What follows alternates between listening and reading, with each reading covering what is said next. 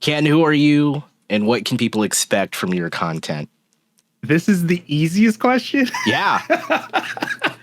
Oh man, I hope. I'm ready to go. I hope it's easy. Well, hello everyone. My name is Ken. Also, Rex, you are Ken.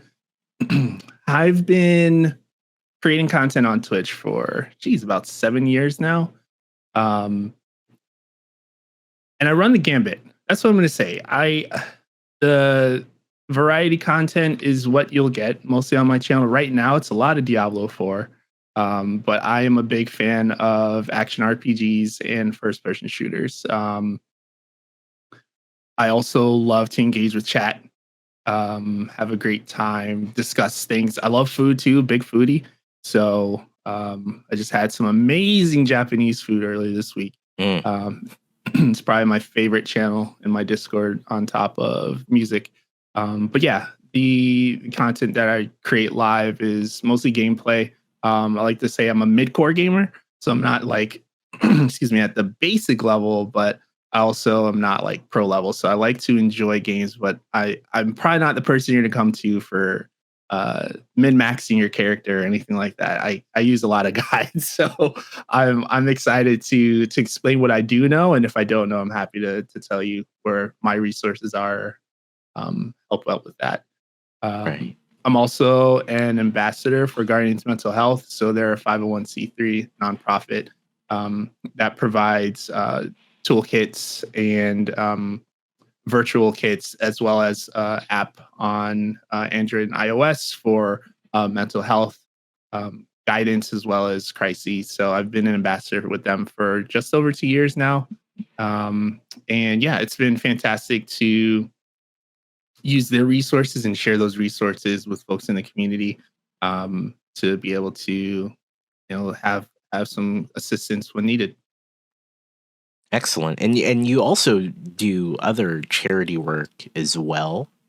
You just recently came off of an Extra Life marathon. Tell me more about that.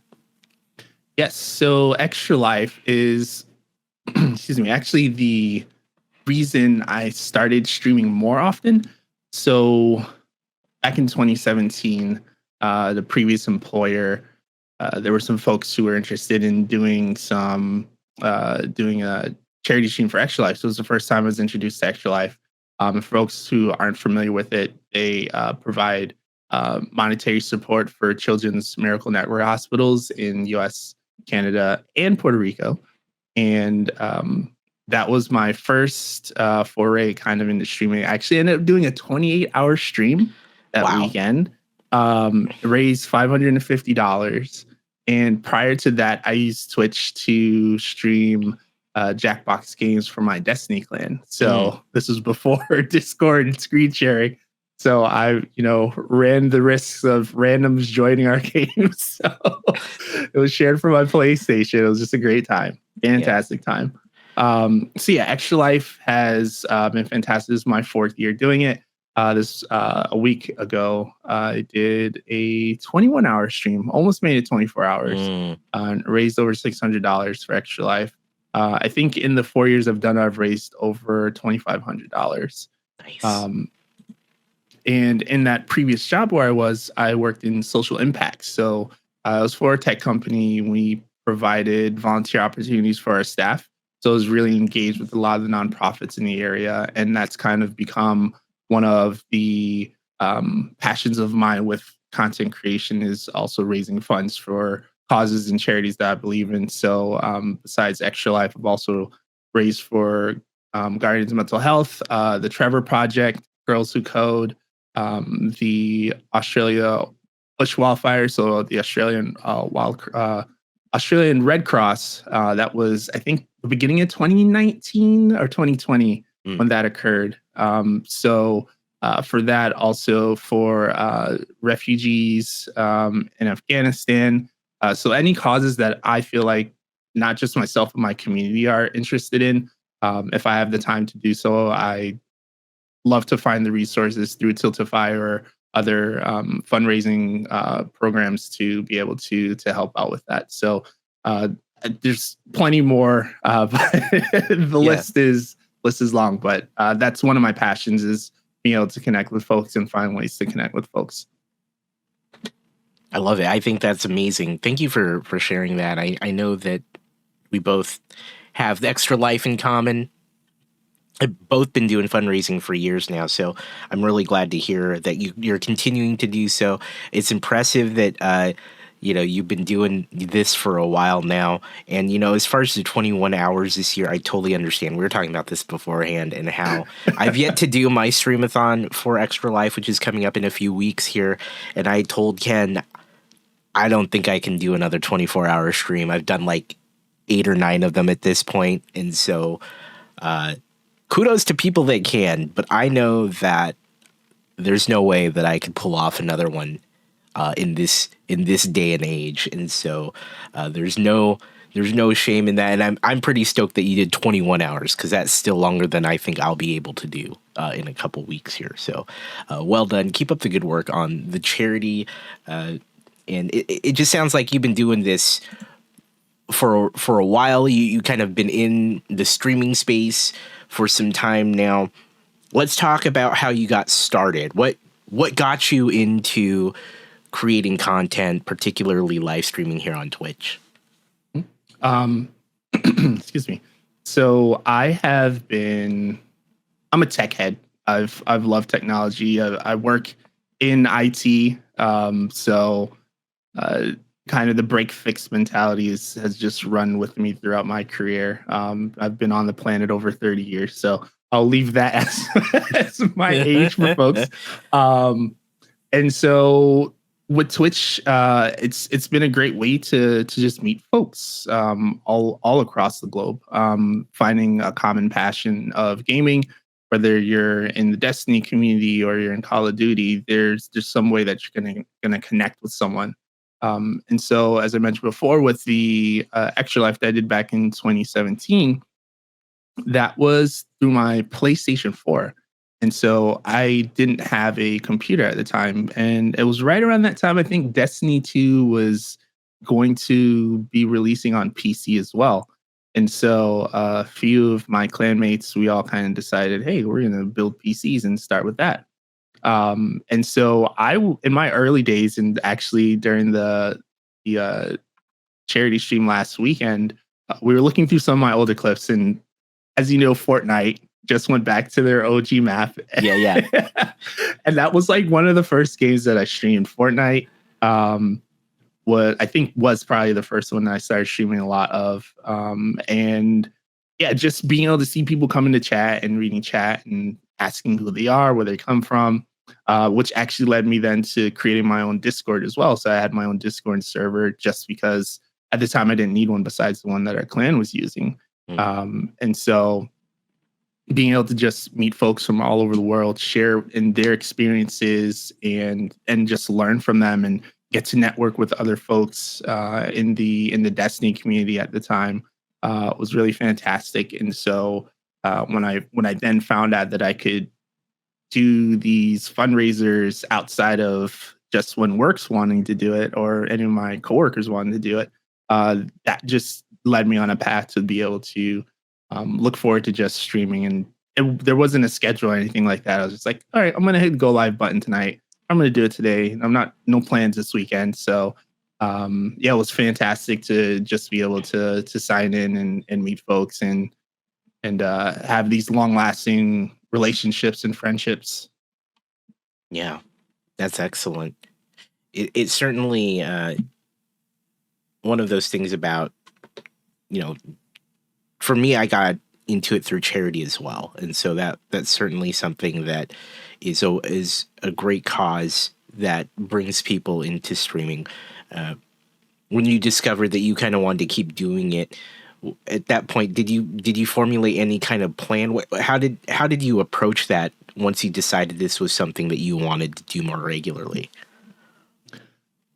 It was kind of building the plane as we were in flight already. So there really wasn't any strategy to it. I didn't really have a mindset of how long I was going to stream for or what I was planning to do. I think it was really just connecting with folks, that I met through Destiny and other gaming communities, and just playing at random times. And yeah, it really just built up into something that I started to do regularly. It was a nice outlet for me Mm, outside of work. Um, at the time, I was playing a lot of sports too, so my evenings weren't as free as they are now. So it was kind of like whenever I could squeeze time in, or if somebody's like, "Hey, we need somebody for a raid," or something like that. And I want to say it was probably, when was it? I think it was after like my first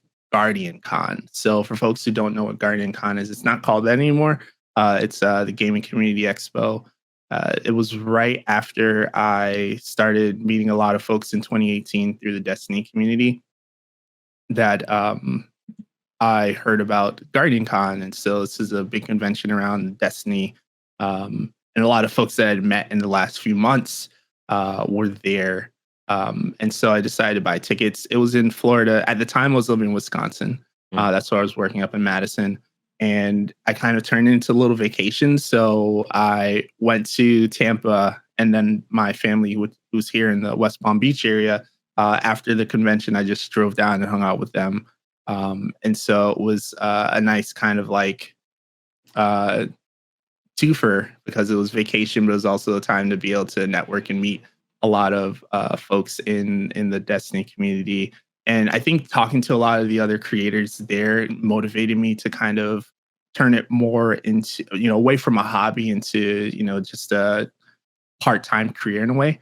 And so that was actually the first time I started to like, I remember it was the last night. Uh, a few of my clanmates were there at dinner, and we were at some Italian restaurant in Tampa. I can't remember the name of it, but I started to like draw out what I wanted my logo to be, because I didn't really have one at the time. It was just like my face. And so I started with like drawing an arrow to the right and then putting UR10 over it. And I had like 7 or 8 different drafts. And one of my clanmates is in design, and so we're kind of like fiddling around with it there. And I still have the picture too. I should send it to you so you can see it. yeah. But I had like 8 different options of what I wanted to go with. And then I spoke with a buddy um, who was able to come up with the design from there, and that was and it still is my logo. It's the same logo I have on my Discord server. So I think right around that time when I first went to Guardian Con, I was like, all right, this is something I can definitely pursue, and um, got a lot of motivation from meeting folks like Dr. Lupo, She Snaps. Um, and it was great to meet them in person, just be able to ask them questions about what they're doing and how they're doing it. So that was, I think, at that point was where I really started to jump into it more as outside of just a hobby. Yeah, that's excellent. I definitely can see that path for you, going from charity and then getting to know others in the Destiny space, and then getting to this point where, hey, I want to do this, take it more seriously, not just as a not just a hobby, but something that I can focus upon. When you made that decision, what was that like for you? What kind of things did you do to get more focused around it, and how did you? What was your process like, kind of transitioning from like hobbyist to, oh, I want to do this more seriously? So I think the first thing, I'm not sure if others do, but social media. So starting to kind of like grab the handles. Unfortunately, Yeah, on Twitter, someone has Raichu Ken. So I really. I messaged the person too. I followed them and I sent them a message. I was like, hey, I would love to be able to use that handle if it's okay. Starting off with content creation. And I think at that time I had a pretty decent following, not like it was over 500 at a time, I think. So it wasn't as soon as I created the account, because I was like, I'll just use it. So uh, in those early days, I didn't realize it made more sense to try and grab the same handle across Yeah, all platforms instead of just having one sore thumb kind of sticking out there. yeah, So, note to anyone that's looking, make sure there's some websites you can go to check and see what handles are available. yeah, So, if you're thinking about creating on TikTok, YouTube, so on and so forth. Yeah. Make sure that you get some uniformity there with your handles. I'm looking on Twitter, and I totally went to the right you are Ken Twitter, and they're still going, man. They're still active. I was like, maybe we can get this for you, but they're still posting stuff. So yeah, every so often I check back and I'm like, let's see if they're active or not. Yeah. And I sent the one message. I'm not gonna bother them anymore. Right. So you don't want to harass them or anything. Yeah. So getting the socials under wraps, because that's one of the great ways to be able to reach out to folks when you're not live. Outside of like Discord, which I think is just grown massively in the last couple of years. And yeah, just trying to get into like a routine schedule so folks would know when to expect me and be online too. And then also just like networking too, and meeting other creators, and the taboo of self-promotion. So that was one thing I did not know about early on. Yeah. And thankfully it was with one of my friends who was streaming. I didn't know about even letting folks know that you're streaming at the same time. And so it's so embarrassing. How did this go, Ken? What did you do?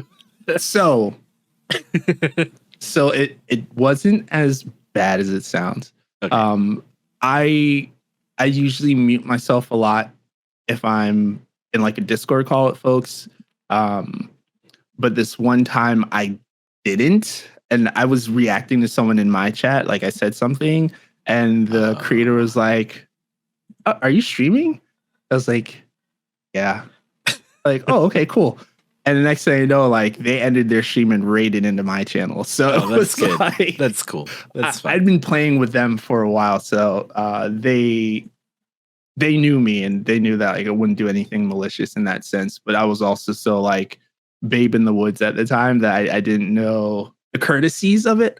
And so, I do show empathy to a lot of folks who will come into the channel like, oh yeah, I stream too. I was like, cool. But I know a lot of folks are very like self-promotions, like auto ban and things like that. So, so yeah, it was nice that it was with someone I was familiar with. I'm not going to say the name either, but that was one of the like crap moments that I was like, all right, I should be a little more thorough with this and lesson learned. And so it's been great to grow from that experience as well. Yeah. I mean, that felt like a genuine learning opportunity, right? It didn't feel like it was definitely not from a place of you just trying to promote, right? Where I feel like I think some of the reason there's that etiquette that exists is for the ones that do kind of go out of their way to really like not spam, but they tell everyone that they're a streamer too when they're in a community maybe they're not familiar with, right? Like you made the point that you were like you were familiar with the person, they were familiar with you, you were basically friends, it sounds like. And so I think that's one thing versus if you're just in cold there calls. If you're cold calling, hey yo, twitch.tv/rightyouareken, like you know what I'm saying, like so those early days were learning, and I think a lot of us were in there too. What other challenges did you run into when you were getting started? What was some of the toughest things that you dealt with? I am a genuinely like non-confrontational person, so it takes a lot for me to get to a point where it's just like, all right, hard stop, no. I think in the early days, especially playing Fortnite, a lot of people were like, hey, can I play with you? Can I play with you? So it's all the folks that want to jump in and kind of do that. Mm-hmm. And so kind of hardening my, I don't even know what the phrase to use here, but being able to just be a little more assertive with that and just saying no, and even finding ways to just like navigate. It's like, hey, not at this moment, kind of just running solo. And even to like this day, folks will just be like, "Oh, can I join your party? Can I do this X Y Z?" And it's always for me personally, it's a challenge to have to like say no to folks sometimes. Yeah. But yeah, definitely that was like a bigger challenge in days of just like random folks coming in, because when you're starting off, you want to keep retention of folks coming into the channel, so you don't want to just like completely off put folks and be like, no, can't play with me. And so You're not allowed. Are they gonna come back now? And what's going on? It's like, right. like followers only or something like that. Let me do raffles. Yeah, so I think that was like one of the biggest challenges, was like having to be a little more stern with folks. Just because I wasn't super familiar in how interaction should be. But also as a viewer on the same side of it, you kind of understand how those nuances should work. And so just by watching other creators and how they handled particular situations, that was what I kind of learned from, and how to deal with some of that. So that I think was one of the biggest hurdles for me. Outside of that, I think it was handling backlog. Like, there's just so many, and it's still a challenge to this day. It's right. just, I want to play all the games, but should I stream all of the games? That Right. I think was another thing too, and being able to focus on particular areas and what worked best for me as a creator was awesome, because I think we see a lot of the big time successful creators and are like, oh, if they can do it, we can definitely do it. But we don't know what's going on behind the scenes, how they're setting their schedule, what decisions they're making to go like, all right, we're going to play this game this week, and then we're going to head over to this one, or no, we'll play 3 or 4 games in one stream. So learning what worked best for me, and as I started building community, what worked best for the community, what did they enjoy, and how can I use what's in my wheelhouse to retain those viewers, but then also look to have other viewers come in and enjoy the community as well. Yeah.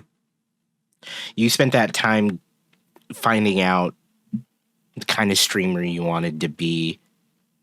When you began to understand what that was like, how would you have described what your channel's about, what your community's focus was when you figured that out for yourself? It's more of a place where folks can just get to know each other and share inside jokes. And a lot of creators will either have, just like high skill, or it's just their production is just like top tier. And as much as I want to emulate a lot of those, I know that what I can do best is really just like make folks feel comfortable. And so I try to like dial into that as much as I can, without, obviously being taken advantage of. So there's a lot of, just like inside jokes, and even with like sound commands that I'll put in, or emotes that I've created. Most of them are like my face doing something weird. And one of them is like a Snapchat filter, that this is years ago now. Snapchat, people still use that. Aging myself. So it was there was a filter on there that made your face look like a nose, and so like I'll type it in the chat so you can see it. I think I still have it there. So there's one. Oh yeah. Just like little inside jokes like that, and so folks can come into the channel and feel welcome.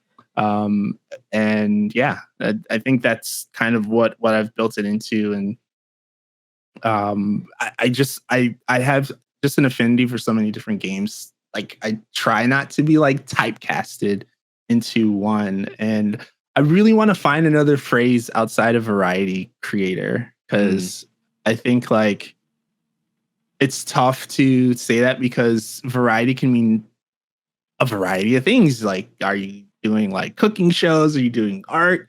Yeah. Like, what what does it How come variety are we into there? talking here? Yeah, it's like the color wheel is limitless. Yeah. So Have you tried names here? Do you have other? Have you workshopped other things to call yourself here? I have not at the moment. Maybe we can do that today. It's You like, wanna do what that? can we come up with this variety? Variety, the sampler platter, if Yeah. you will. I'm a charcuterie streamer. Charcuterie. I would totally call myself a charcuterie streamer. I think that's a excellent place to start. That will get people tuning in. There it is. All right. You're a charcuterie streamer. Set in stone. You heard it here first. Jess playing in the chats all over it. Like she's here for it. I think. No, I totally get what you're saying. Variety's tough, especially because like a lot of us, I would say, are not true variety, right? Where like we're doing all of the things all of the time. Like that's not how that works. Generally, a lot of us fall, if we're not a single game streamer on the gaming side, we tend to go towards particular genres, right? Things like that. Mm-hmm. So, could be a Lunchable streamer there, like Jess playing.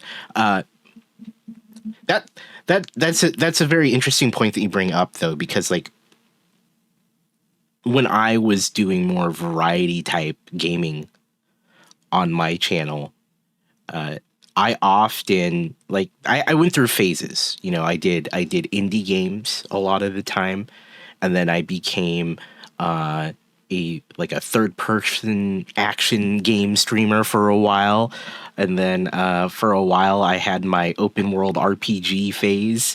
So it was definitely tough to say, because like you said, variety is really hard to almost, for the lack of a better term, sell, right? It's hard to, like, when you get new people coming in from a raid, or you're promoting your stream to brands or game companies, it's hard to be like, I'm a variety streamer, because it doesn't always tell them a whole lot. So completely understand. But that's something to consider and something to think about. And I mean, you've been playing a lot of Diablo lately. That's a big chunk of your content right now. Do you still call yourself a variety streamer in with that consideration of being a Diablo focused channel at the moment, or? Yeah, I do, because typically Fridays I call them FPS Fridays. So I'll usually find either a new game that I got a key to check out with stream, or kind of go through the backlog, or there's Call of Duty was it for a while too. So I still favor a lot of variety, like roguelites, something else I really enjoy. There was a whole year where I was just DJing on stream. Like it was just like house mixing. So that wasn't, I wouldn't say a phase. I still hunger and yearn for it. It's probably not beneficial to growth at this moment. Just because it's a completely different crowd. And quick, like, tidbit story, when I decided to go back into gaming full time on the channel, there were a lot of folks who came in and it's like, hey, are you DJing still? Is that something you're still doing? And so I was like, dang it. Like, those folks were looking forward to the DJing sessions, and I'm probably going to lose them because I'm going to gaming now. But the gaming folks are probably going to come back because that's what I'm doing, because they weren't really into the DJing. So there's a lot of just like being in tune with your community, and also being kind enough to yourself to want to pursue what it is that you're interested in. So it's a lot of balance as a creator, because it's almost like shock treatment, where it's like you're doing Call of Duty for 3 months, and then you go to Stardew Valley, and it's like, huh?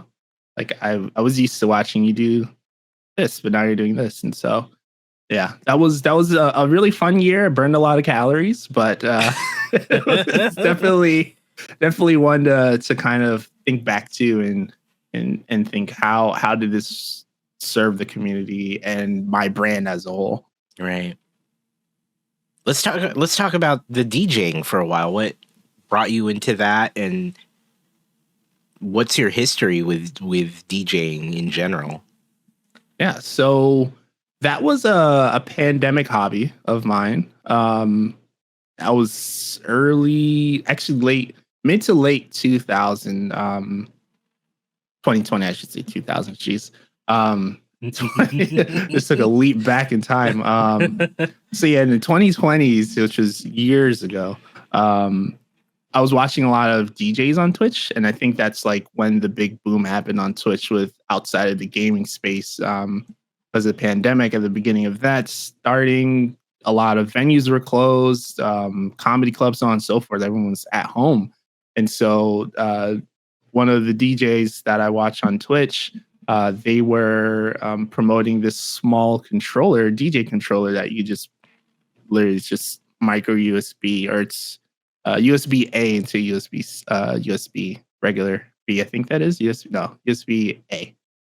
Anyways, you plug it into the computer. It came with software, and so I kind of just started getting some music. And I was in the process of moving back down here to Florida from Wisconsin, and so my PCs weren't set up. I had like just the one PC, and I was like, hey, I'm just gonna try this out for a little bit and see how it goes. And a lot of folks in the community were hanging out, and they liked the jams, and so I was like, okay, I'll pursue this while I'm doing gaming and get everything set up.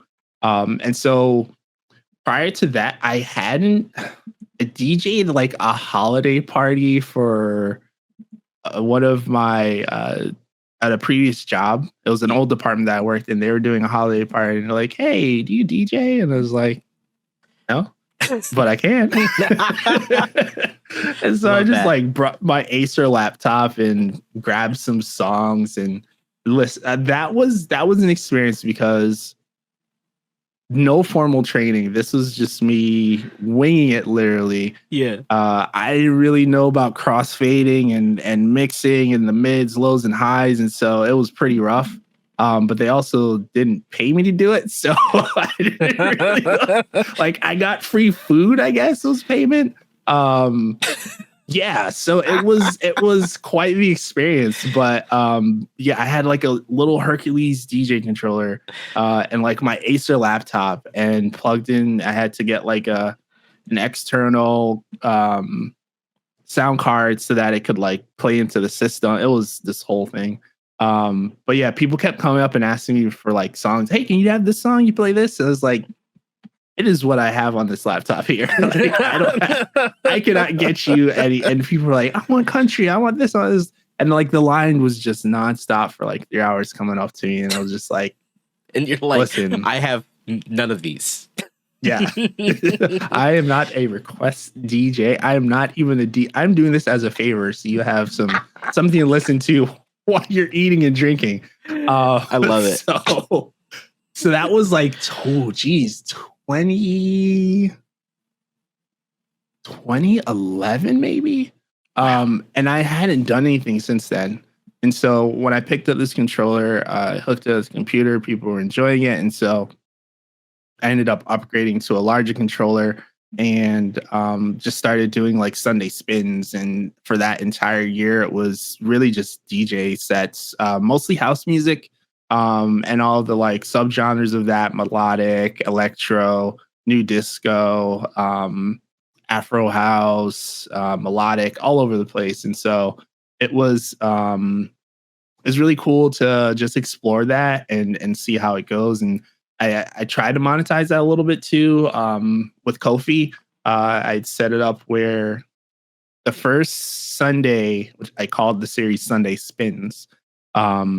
So every Sunday I was going to be mixing music from like 2 to 4 Eastern.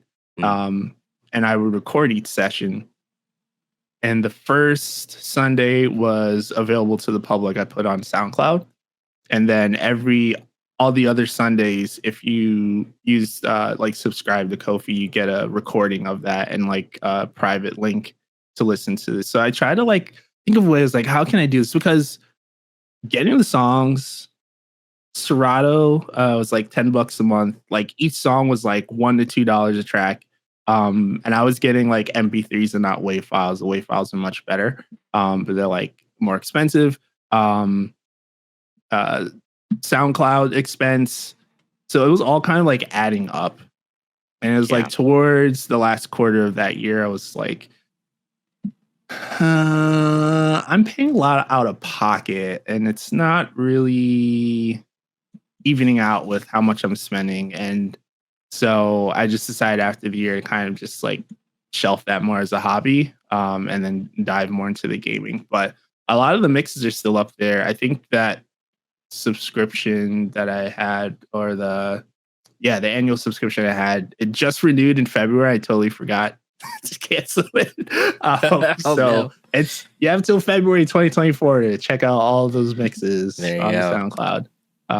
But I'm still interested in jumping in and doing them every so often.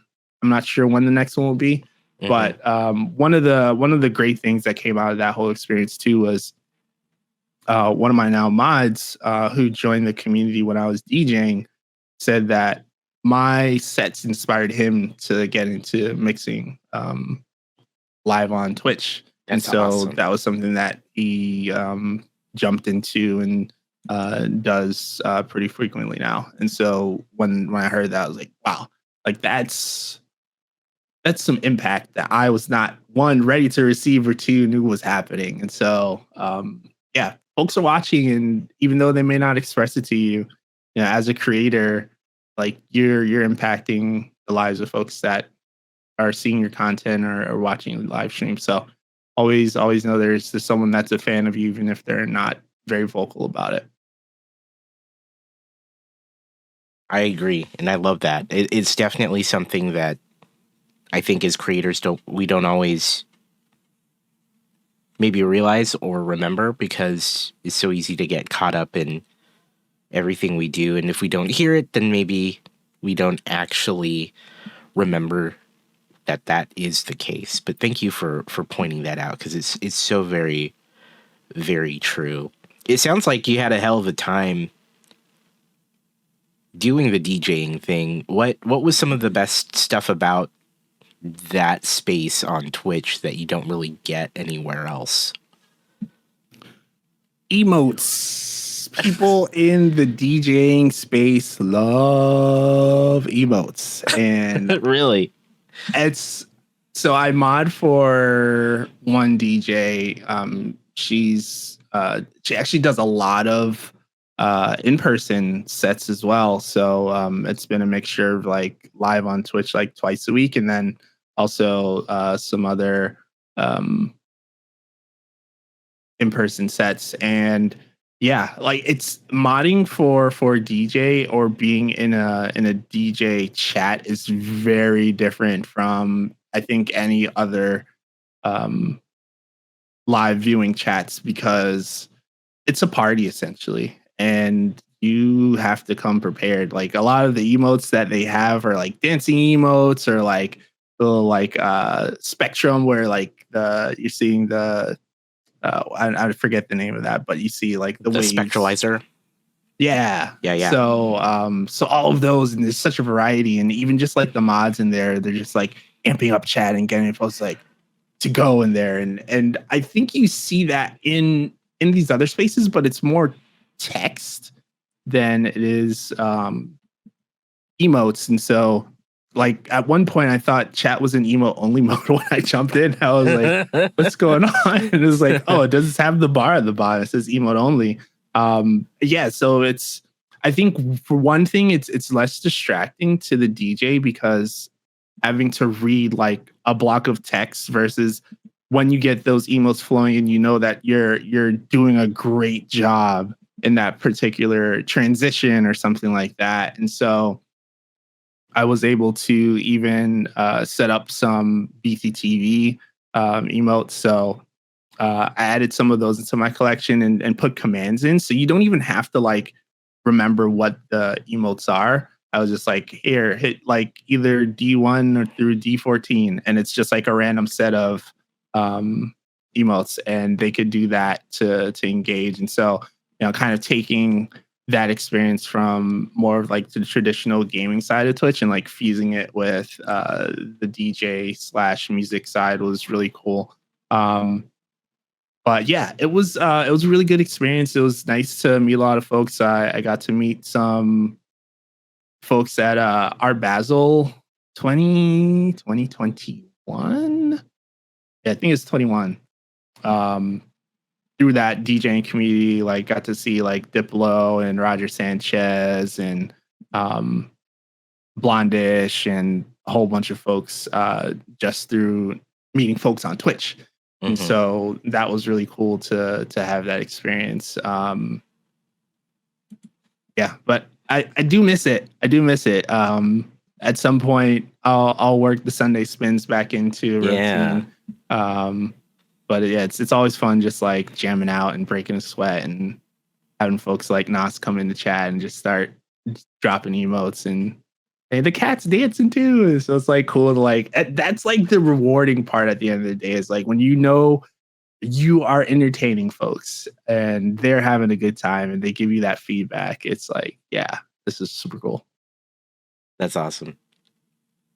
What would you tell someone who's trying to like get into like the DJing side of Twitch? Would there be what kind of advice would you give them or information if there's something they might want to know? Hide your VODs. Turn your Right. VODs off. Right. DMCA is a thing. Yeah, so either put in subscriber only mode or just disable saving your VODs. First and foremost. Secondly, definitely invest in emotes.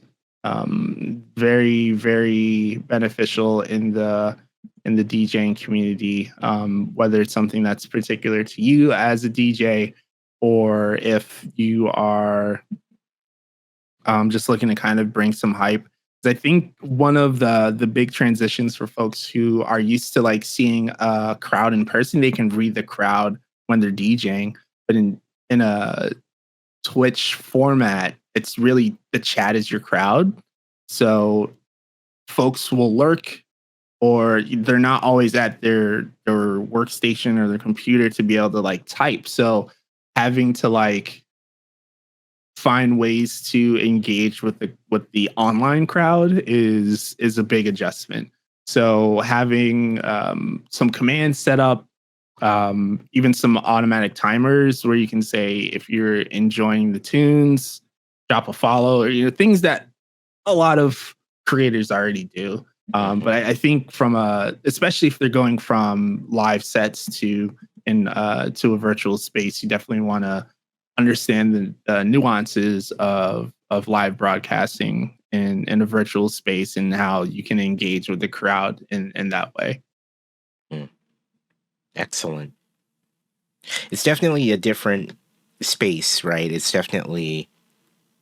has its own vibe. And I'm glad that you pointed out the emote thing because I've noticed that when I've hung out in some of those streams where it's just emotes, man. It's just flying across. And it makes sense, right? Because like you pointed out, the streamer may not be able to really react to any actual chat because they're in the middle of DJing the set. So it's how are they going to be able to interact with you in the same way, right? And so very cool. I think you've talked about the DJing side of things from time to time when we've chatted, and I'm so glad we got to learn a little bit more about that. I'm looking forward to the next time you come back to that, and hopefully that's soon.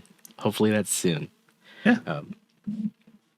We were talking about earlier how you were getting started and how you were taking inspiration in a lot of the content that you were trying to create yourself. Who inspired you when you were getting started? What were some of the creators that you were looking to as you were learning to do this sort of thing? So two of the probably biggest ones that I still watch to this day.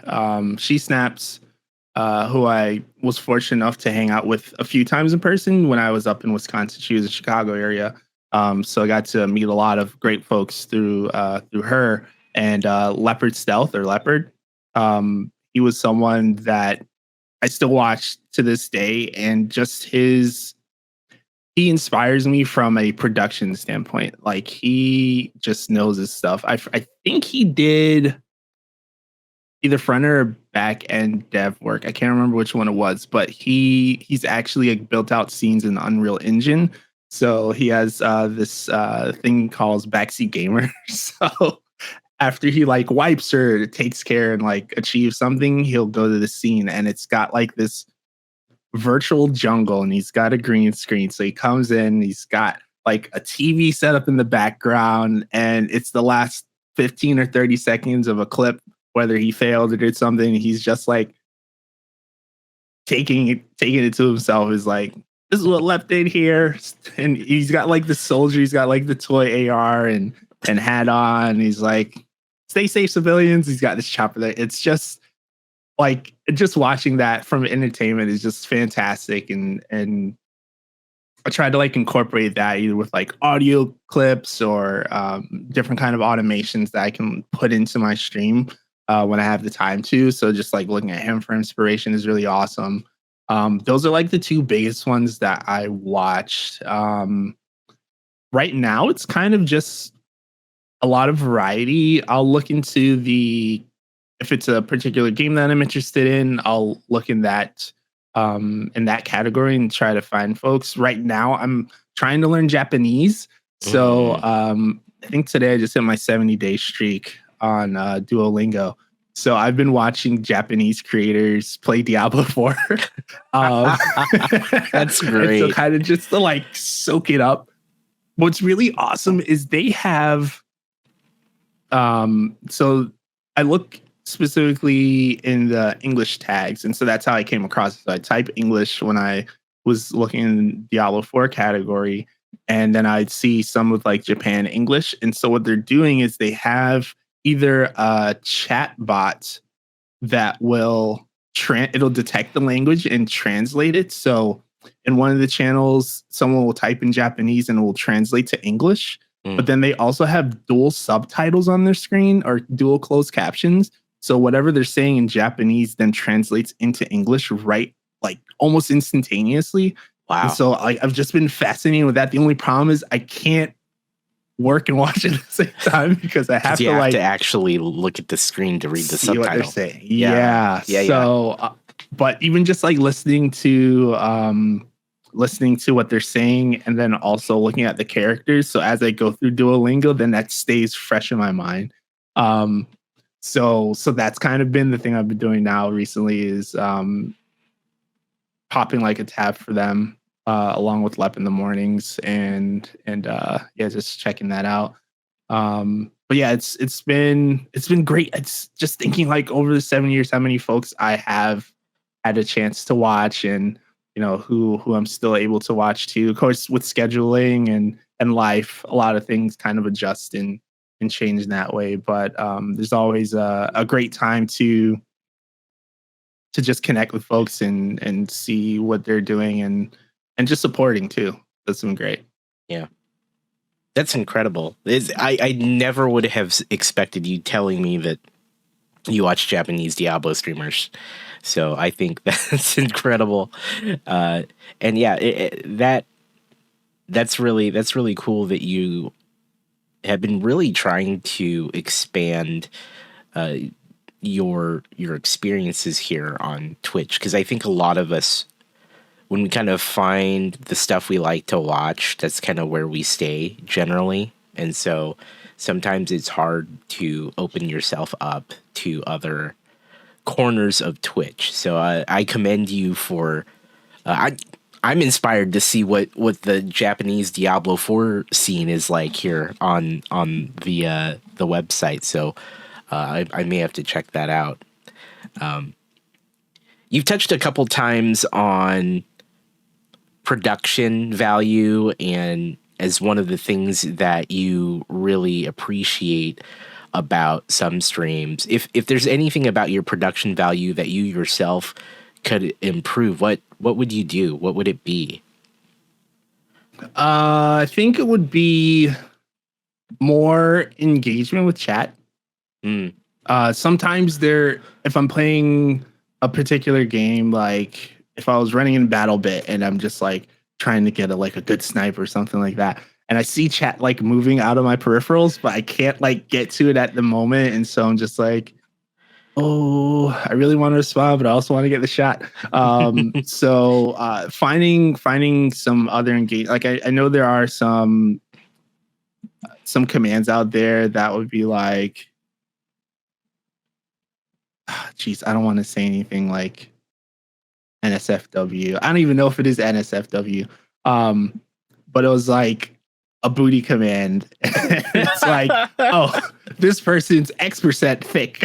It was just like funny things like that, or even just like adding quotes, because I know I say some ridiculous things from time to time, just like looking at all those clips that I have from many moons ago. And just like adding that. I think what I need to do really is just like set the time aside to have like an admin day. That should have been this week, but I really just wanted to like veg this week and not really look into the creation stuff and just give myself a mental break. Right. But yeah, I got to get like admin day set up where it's just like I go in and make adjustments to this, or on the Go XLR, like I have a bunch of different audio effects and samplers that I will throw out there. So like if I do something awesome, I've got like Babu Frick from Star Wars saying, hey. Yeah. Yeah, dude. So yeah, I try to like stay up on some of the memes and trends that are out there, like the whole Popeyes biscuit thing. That was a really fun one. And so I've got that like added into the soundboard that folks can trigger in chat. But yeah, I think for me, it's really, really just dialing into chat and having things to keep them engaged when I'm gaming, or if I'm on like a BRB screen. So yeah, just looking at optimizing the experience for the community. Outside of that, nothing else that really jumps out right now. I have a suggestions channel in the Discord too, so I try to like have folks use that if there's something they'd like to have on stream that's okay to have on stream, right? So that they can participate more. And I've seen like the words on stream too. You can do as like a BRB. So like as you ask the question now, I'm like actively thinking about all the things you could do. There's no end, right? There's no end to all the things that you can add to your stream. And then the tools these days, I don't know if you use StreamerBot at all, but that thing enables so much in terms of interaction and functionality on the stream. So I'm glad you keep up with the memes. I definitely know that that's something that you love to do. By observing not just your stream, but even seeing how you respond in Discord channels about various topics. So, big thumbs up on that, man. I love it. I think you should keep it up. I think we're always looking for something, right, that continues to keep our community engaged. And I think that's one of the things that I know a lot of creators end up not losing themselves to, but like they're always trying to think of the next redeem or meme or thing that they could put on their stream, and then it becomes like, how do I top the last thing that I did? And so I completely get that. That's definitely a big part of what we do, I think.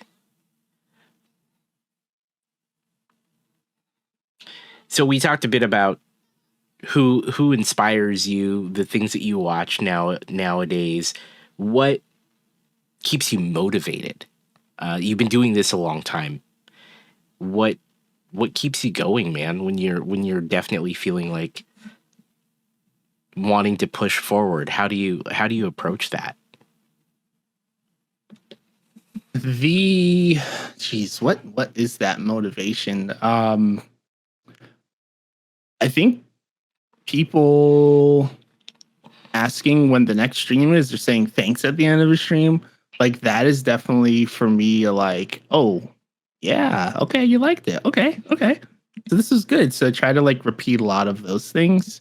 Um Also just looking at opportunities with brands. That's still something that I had as a 2023 goal, was like having some type of brand partnership. Uh, Show the headset there for a second. I'm still working towards Steel Series. Like that is my ultimate want. Just because I've been using their stuff for years, and anytime folks come in and they ask about it, I'm like always happy to talk. I've even troubleshooted live with like someone having issues with audio capture in moments, and just like, oh, did you do this, this, and this? And that's like the IT techie side of me, just like jumping out. But I also just love the gear. So still series, if you're watching, howdy. I just want it to be known that like I think we're rocking The exact same setup, and it did not occur to me until you did that little turn there. So I saw the red band, like mines, dude. That were anyway. Keep going. Sorry, didn't mean to. I saw the plate and I was like, is that a red one too? And so I was like, I don't want to creep on you, but I was like, hey, I think we got the same colorway going here. You got good taste, sir. You got yeah. Falcon in the chat, what's up? What? Oh, geez, I totally just lost track of where I was going. You were talking about sponsorship opportunities. You're trying to get what keeps me going? What keeps you going? Yeah, that, and just being able to like give back to the community. Finding, and that like ties into the sponsorship thing too. It's like I would love to be able to like gift back to people who have gifted to me.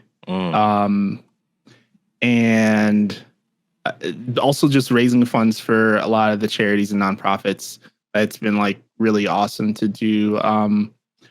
One that I didn't mention earlier was Urban Arts. They had reached out for to me to be able to do like a sponsored segment. And that was one of the first times it's just like, someone wants me to do something. That's like, I'm not, it's usually the other way around, where like I reach out to the nonprofit, say, hey, how can I support you as a creator?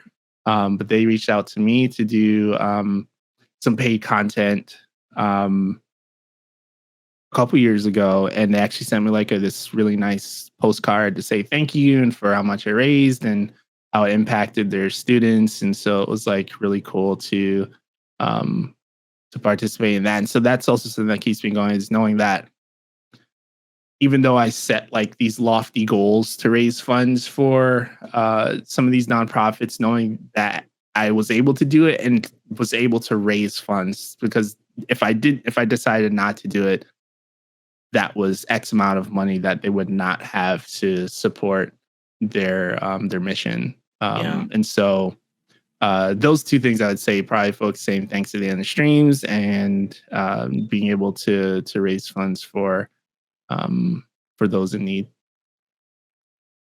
Awesome.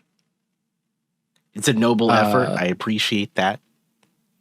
Fireheart in the chat asks, do you have $3 in the Switch? I do have $3, but I do not have a Switch. Okay. So this is an inside joke in my community. We've been addicted to Suika Game, the watermelon game that you're probably seeing. I've seen it.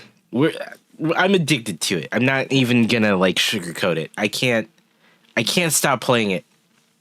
I've like done like 3 or 4 streams on it in like the last week. I can't stop playing this game, and I think I have a problem. But the thing we've been asking, because you can play it for free on a browser, There's a lot of free versions of it out there as well as on mobile. But the best version we found is on the Switch, and it's like $3. And so that's been the question we ask anyone who's been coming into stream who's like, what's this? And it's like, look, hey, do you have a Switch?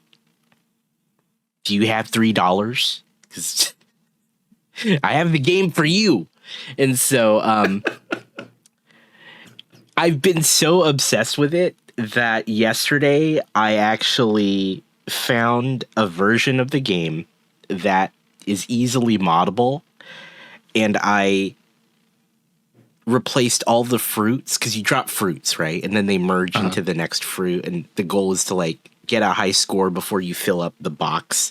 I've replaced all the fruits with like the different faces of people in the community. And you know my pog face that's everywhere? Like, yes. That's the watermelon. That's the biggest fruit. So like if you get the best fruit, it turns into my pog face.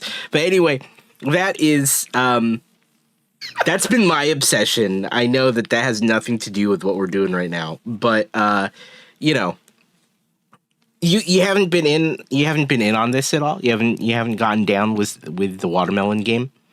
I've watched a bit of it, like muted in like the background. I was like, what is going on? And yeah, a couple folks were streaming it, and I wasn't sure what the heck was happening. So yeah. You gotta try it, man. And then you gotta tell me. You gotta tell me how it's been for you, because I can't stop playing it, and I'm kind of, few games have worried me this much, but this is one of them. This is one of the ones where I'm like, I need to put the Switch away. I need to stop playing. I was laying in bed playing this game this morning. Like, I hadn't even started my day. I got the Switch and I'm like laying in bed. I'm like, it's tucked in right next to you. Yeah, it was like on, you know, like the Switch is on like the bedside table, and look at Space Hobo. He still can't beat my high score. I don't know what to tell you, dude. Anyway, I might have to check it out. You might have to. I firmly believe that it's a great game. It's like, I don't think it has the technical requirement of like a Tetris player would, in terms of like skill for this game, but it does require a fair amount of skill, spatial awareness, and like it has like its own little physics thing, because the fruit will roll certain ways. Got it. Okay. So it's based on like, they're all round, but like, you know, they kind of move differently based on how big they are. And so I can't stop playing it, man. I think I have a problem. Like, I almost streamed it today. It was like 11 in the morning. Like, I finally got my ass out of bed at like 9:30 after playing Suika Game in my bed for like 30, 40 minutes. And then it was like, I did my morning stuff and I hung out, and it was like 11:30 in the morning. I'm like, I got like an hour or two. Maybe I can stream some watermelon. Look, throw this in here. Look, my community is just pointing out that I might have a problem. Anyway. Now I have to go look up the category. Yeah. No, it's taking I feel like it's taking Twitch. It's slowly taking over. And I discovered it on a TikTok live like a week or two ago.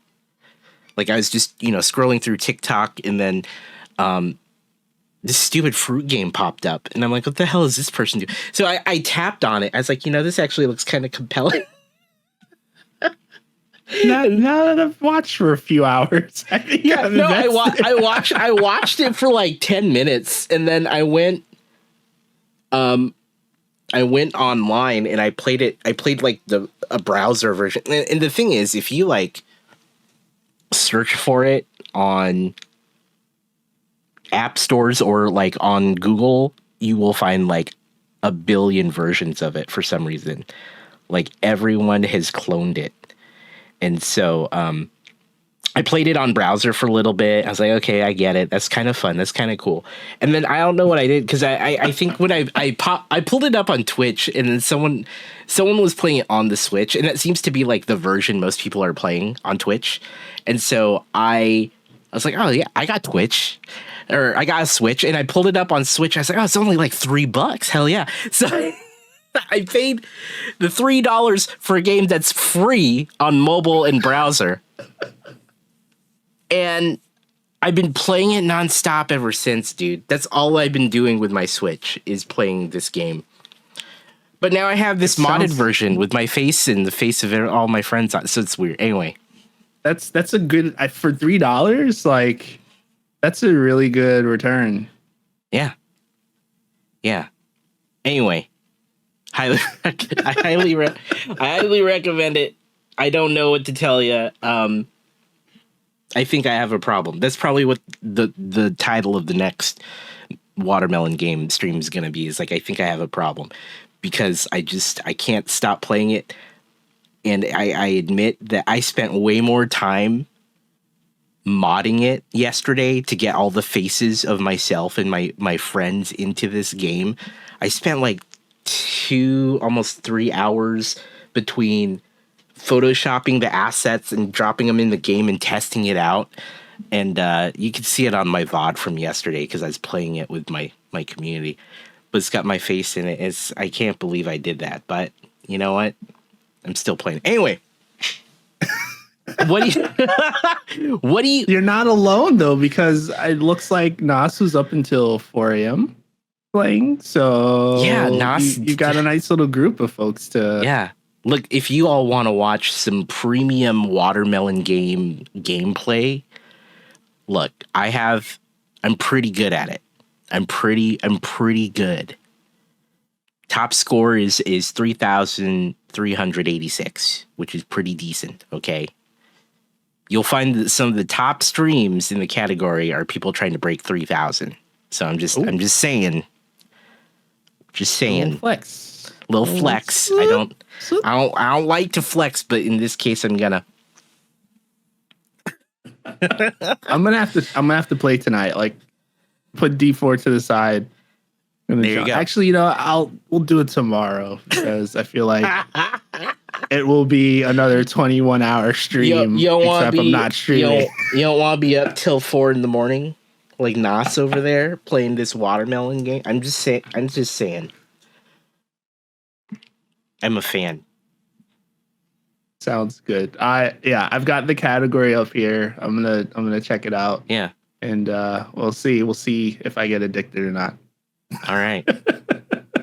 Challenge accepted.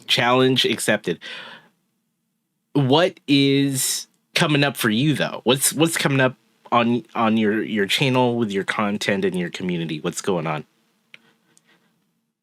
Right now, there isn't much planned. It's gonna be some D4, obviously. But I've got some keys to a couple games I'm excited to try out on stream. One is a first-person shooter, so that will be on FPS Friday. And then there's another one that I got pre-public beta access to. It's like not 2.5D, but it's a third-person like kind of like dungeon crawler shooter. Roguelite, like I'm just throwing out all these random terms now, but that came across my roguelite 2.5D 3D third-person shooter over the shoulder, like stylized, yeah, cell shading. It's just all these that was a random one that I got in through Keymailer. It's a multiplayer co-op top-down action shooter set in a world where you control the elite secret operatives. It looked pretty interesting, so I'm gonna grab that one and figure out a time to get that on the schedule. But yeah, just looking to push my Necro to 100 in Diablo 4, and then probably start up the Rogue this season, just because, as we were talking about earlier too, just Diablo 4 has just done such a great job recovering from launch in the first season. They're tuning and listening to the community, so really excited for that. Towards the end of the year, though, there's not too much. Right now, I'm just going to try to start setting goals for 2024, and what that's going to look. I definitely had some pie in the sky goals, so I'm gonna have to like tune those down a bit, just because I wasn't consistent enough to meet those. On top of like work things, so that kind of like interfered. So I'll definitely have to set some more attainable goals for 2024, and yeah, just look at ways to improve the presentation of the stream, engaging with the community, and at some point maybe figuring out social media algorithms, because those are a pain in the butt. I just don't get them. Yeah. I'm all over the place right now with Threads, and I'm not calling it X, Twitter, Blue Sky, Instagram, TikTok, YouTube. Yeah. It's just like there's a lot. There's a lot to manage. A lot to manage. Yeah. Is there one you like more than the others? You're like, no. Not honestly, I cannot, like, they all have their strengths and weaknesses. I think because I've built up the most community or kind of reach is on Twitter.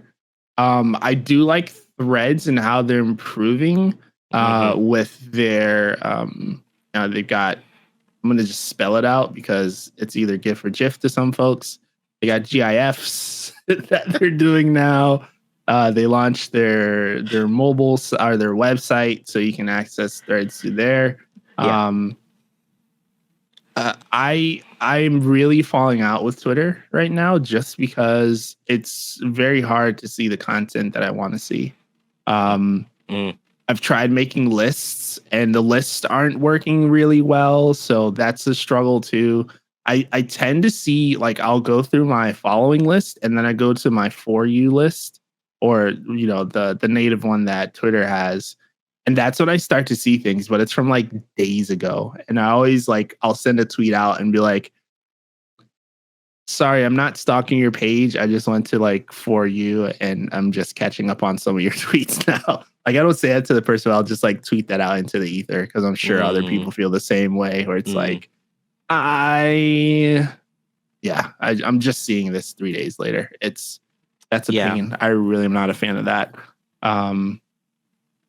Blue Sky is, someone had described it on there as like a dive bar. That you just go to this dive bar and like there's not really much going on, but you feel comfortable enough being there. And I was like, that is very accurate. That is a very accurate description of Blue Sky.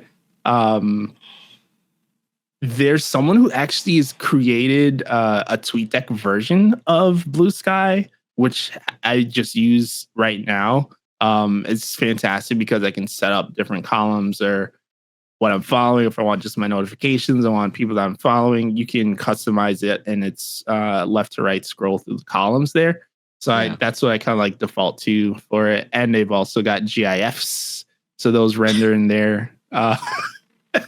Very, very Switzerland on that one. I say GIFs, but I say GIFs. But it's like folks have their preference, and like I said earlier, I'm very welcoming, very non-confrontational. You don't want to bring the great GIF conflict to your channel. I'm just saying it's GIF. That's my stance. Be damned if you call it GIF. That's my feeling. That's my feeling. The GIFs. I'm just Yeah, see, I told I was trying to like just keep it cool, make sure everyone's welcome in the chat. I haven't seen any pitchforks yet, so I think we're good. I think we're good. See, Jif is the peanut butter. See, Nas understand. Nas. See, Nas gets it. Nas. So you're trying to get social media down, which is always tough. It's certainly a difficult thing, and I haven't even gotten on Blue Sky yet, only because it's another thing for me to learn. Yep. So, yep. But I've been I used to be big into Twitter, and then with how it's been, I just kind of stopped using it. I've been trying to use Threads, but I admit I've not been great at using Threads. I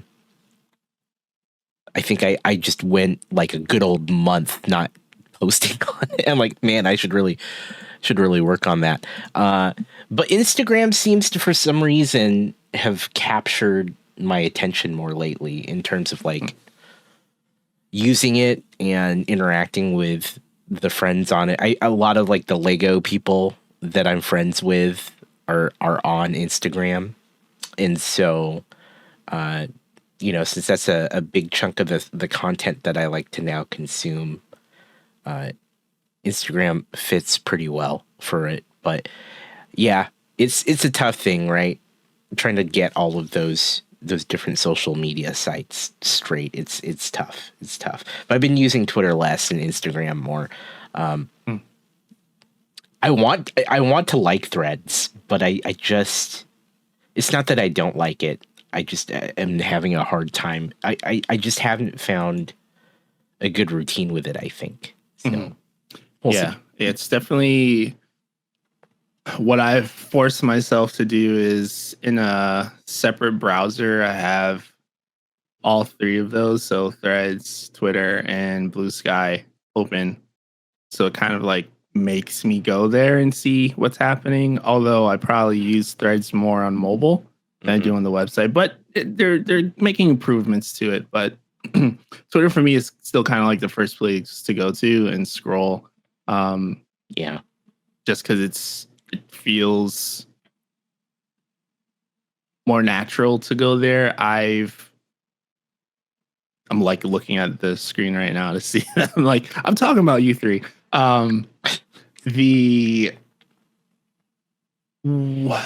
thing about Threads is really nice.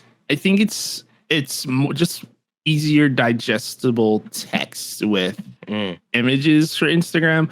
I think Instagram is definitely pushing more of the reels than they are just like the regular content. So I go to like Instagram is almost my TikTok for other folks, because I think a lot of folks will scroll for days on TikTok, and I did that for a while, but I just found myself like just scrolling way too much on there.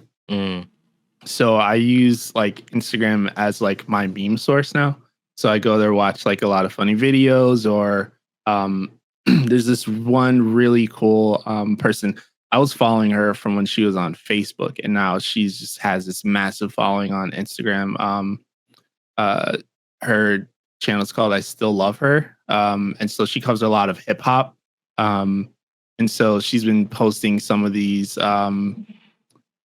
top samples. I forget the name of that page, but they break down how the producer like sampled certain tracks. So they would find like the original track, and they'd have the wave format where they like clipped it, and then you'd see how it all like came into fruition. So like that's kind of been fascinating for me. So I watch a lot of those.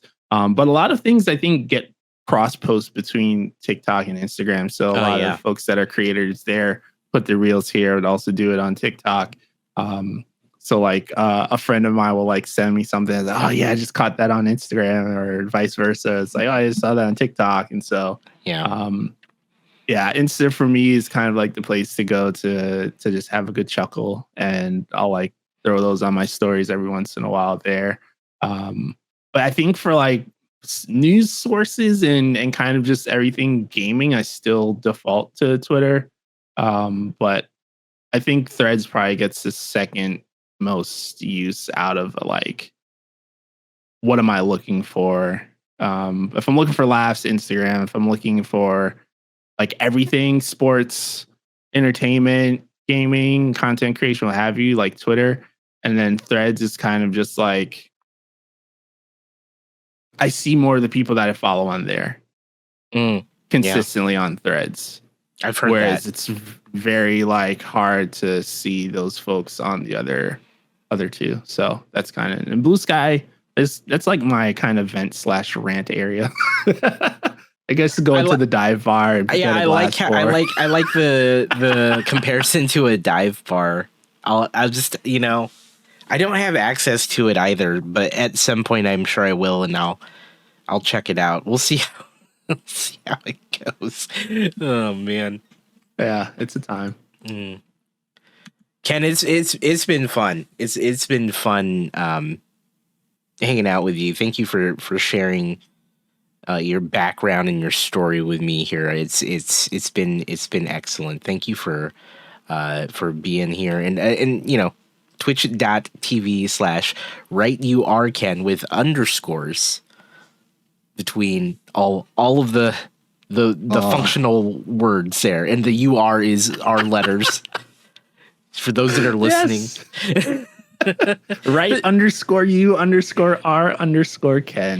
I want to thank you, man. Thank you for being here. Thanks for talking about all this with me. It's been wonderful, dude. I appreciate it. Thanks for having me. It was a great time. Absolutely. Now we do this every time. The person who is guesting gets to close out the show. So I'm gonna give you a moment and let you think about what you want to say. It could be anything you want in terms of closing it out. It could be some chunk of wisdom, advice. It could be just any final thoughts you have, or it could be plugging whatever you want. So it's all yours. The floor is yours, Ken. It's on you. Wow. Well, thank you for having me once again. Thanks for everyone tuning in, whether you're live or listening afterwards. I really appreciate you being here. One thing I will remind you all to do is make sure to apply some lip balm when you get a chance. We got some Burt's Bees here. This is a great one. I call them flavors. We had this discussion in my chat once. This is peppermint flavored lip balm. I'm not eating it, however. This is a great thing to moisturize your lips. You should bring it to any conventions you go to as well. So make sure you always have your lip balm handy, because you're going to be talking to folks and your lips might get a little dry. But on a serious note, though, this little inside joke shout out to Jess. Just playing for giving me the rigmarole on that.